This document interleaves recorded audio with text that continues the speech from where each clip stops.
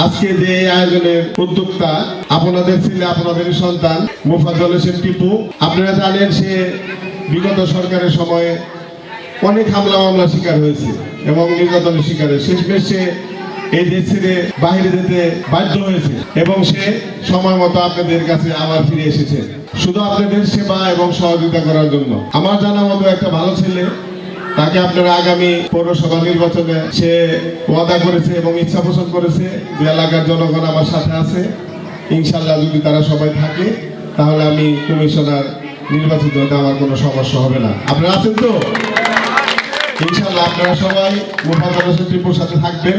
5ই August আমাদের অনেক কিছু শিখিয়ে গিয়েছে, সেই জিনিসটি আমাদের ধরে রাখতে হবে।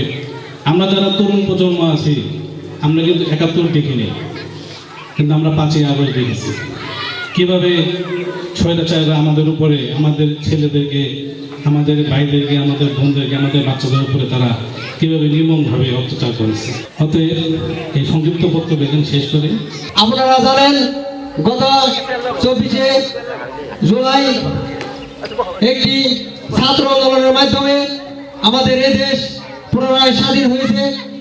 সেই ছাত্র আন্দোলন করতে গিয়ে এদেশের কুচুকরি মহলকে হটাতে গিয়ে, স্বৈরাচার শেখ হাসিনাকে হটাতে গিয়ে আমাদের অনেকেই সন্তান হারা হয়েছে, কেউ বাবা হারা হয়েছে। আল্লাহ পাক যাদেরকে নিয়ে গেছে তাদের আত্মার মাগফিরাত কামনা করে আমি আমার সংক্ষিপ্ত বক্তব্য এখানে শেষ করছি। আমরা আমাদের সর্বোচ্চ ভূমিকা দিয়ে এই রাষ্ট্র থেকে ফ্যাসিবাদ বিতাড়িত করেছি।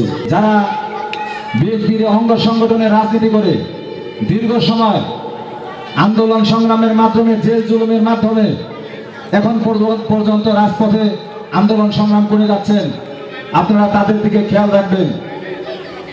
আপনারা হয়তো সবই জানেন, তারপরও আমরা আপনাদেরকে আমাদের মনে করে দিতে হয়, আমাদের তৃণমূলকে আমাদের জবাব দিতে হয়। আমরা আপনাদেরকে বলতে চাই, আজকে আমাদের অঙ্গ সংগঠন একদম অবহেলিত। কেন আমরা অবহেলিত থাকবো? স্বৈরাচার হাসিনা হটাও যুদ্ধে আমাদের সর্বোচ্চ ভূমিকা ছিল, আমরা সর্বোচ্চ ভূমিকা রেখেছি। প্রিয় ভাই ও বোনেরা, আপনারা দেখেছেন আওয়ামী লীগ সরকারে যে দেশে যে আগুন জ্বালিয়ে দেশকে অশান্তি করে রাখছে, আজকে এখনো তারা অন্ধকারে থেকে আমাদের দেশকে অশান্তি করার চেষ্টা করছে। এখানে আমি আপনাদের কাছে বলতে চাই যে আওয়ামী লীগকে আমরা কখনোই প্রশ্রয় দিতে চাই না। আপনারা জানেন বিগত 24 সালের 5ই আগস্ট যিনি 17 বছর এই বাংলাদেশের জোরপূর্বক প্রধানমন্ত্রী ছিলেন এবং এই দেশটাকে তার ইচ্ছে মতো এই দেশের জনগণের উপর নির্যাতন নিপীড়ন চালিয়েছে। তার দল বাদে এমন কোনো দল নাই, এমন কোনো ব্যক্তি নাই যে হামলা মামলার শিকার না হয়েছে। যাই হোক, সবাই আপনারা জানেন আমরা সেই ছাত্র জনতার গণ অভ্যুত্থানের মধ্য দিয়ে সেই আগস্টকে ধারণ করে আমরা আগামীতে আমাদের নেতা বর্তমান প্রধানমন্ত্রী তারেক রহমানের হাতকে শক্তিশালী করে এবং তাকে সহযোগিতা করে আমরা ইনশাল্লাহ আগামী দিনে একটি সুন্দর বাংলাদেশ গড়তে সক্ষম হব।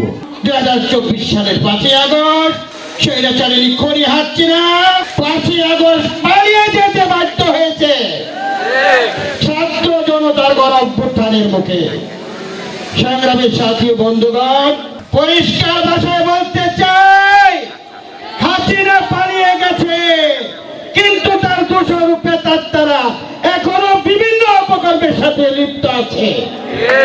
তাদেরকে অবশ্যই দামরাই থানা প্রশাসনের উদ্দেশ্যে বলতে চাই, এই প্রেতাত্মা দোষরদেরকে অনতিবিলম্বে আইনের আওতায় আনতে হবে। বড় ভদ্রকণ্ঠে কথা বলেছে, আজকে শুনলাম পালিয়ে গেছে, হাসিনার সাথে পালিয়ে গেছে ভারতে। 600 জনের উপরে আছে ভারতে। ভারতে এখন সবাই কিনে আনন্দ অগাধ লুটপাট করে বাংলাদেশে ধ্বংস করে দিয়ে হাসিনা সৈন্যবাহিনী নিয়ে, তার পেতারদেরকে নিয়ে, তাদের দূষরদেরকে নিয়ে ভারতে বসে এখন আবার টিভির সেই লাইফে আসতে চায়। পরিষ্কার ভাষায় বলতে চাই, আমার সিনিয়র নেতারা বলছে, আসুন আসুন আসুন, বাংলাদেশে আসুন।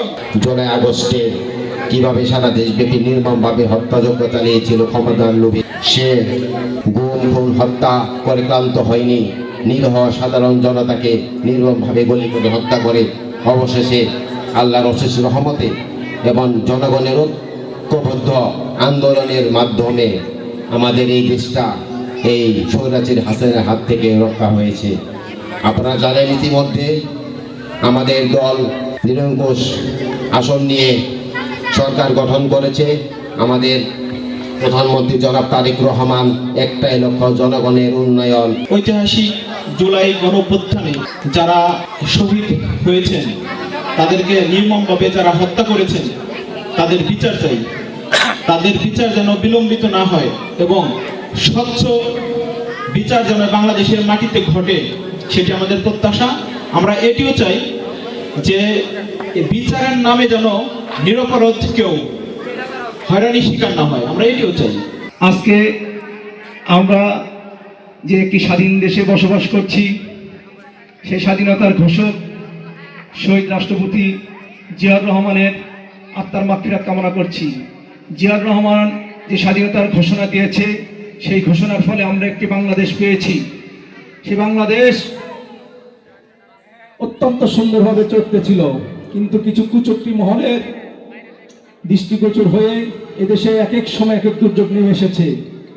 নানান ঘাত প্রতিঘাত পার করে এই দেশটি যখন এগিয়ে যাচ্ছে, ঠিক সেই মুহূর্তে একটি প্রেতাত্মার আবির্ভাব ঘটেছে। সেই প্রেতাত্মাকে খুনি হাসিনা একটি সুন্দর রাষ্ট্রকে একটি আগ্নেয়গিরি তৈরি করেছে। দীর্ঘ 17 বছর এই দেশের লক্ষ লক্ষ জনতার উপর স্টিম রোলার চালিয়েছে। যারা তার অন্যায়ের প্রতিবাদ করেছে, তাদের উপর স্টিম রোলার চালিয়েছে। প্রত্যেকবার তার অন্যায়ের বিরুদ্ধে একটি দল দাঁড়িয়েছে, সেই দলটি হচ্ছে বিএনপি। জনাব তারেক রহমানের নেতৃত্বে 17 বছর প্রত্যেকটা অন্যের বিরুদ্ধে বিএনপি দাঁড়িয়েছে, এই প্রতিবাদ করেছে। লক্ষ লক্ষ নেতা কর্মী গুম হয়েছে, মামলা খেয়েছে, নিহত হয়েছে, আহত হয়েছে, কিন্তু কখনো প্রতিবাদ থেকে পিছু পা হয়নি। এই দীর্ঘ 17 বছর এই আন্দোলন সংগ্রামের ফসল এই 5ই আগস্ট। যেখানে এদের দোষর পাবেন, সেখানে প্রতিরোধ গড়ে তুলবেন। ইনশাল্লাহ সবাইকে সাথে নিয়ে আমরা একটি সুন্দর রাষ্ট্র গঠন করব।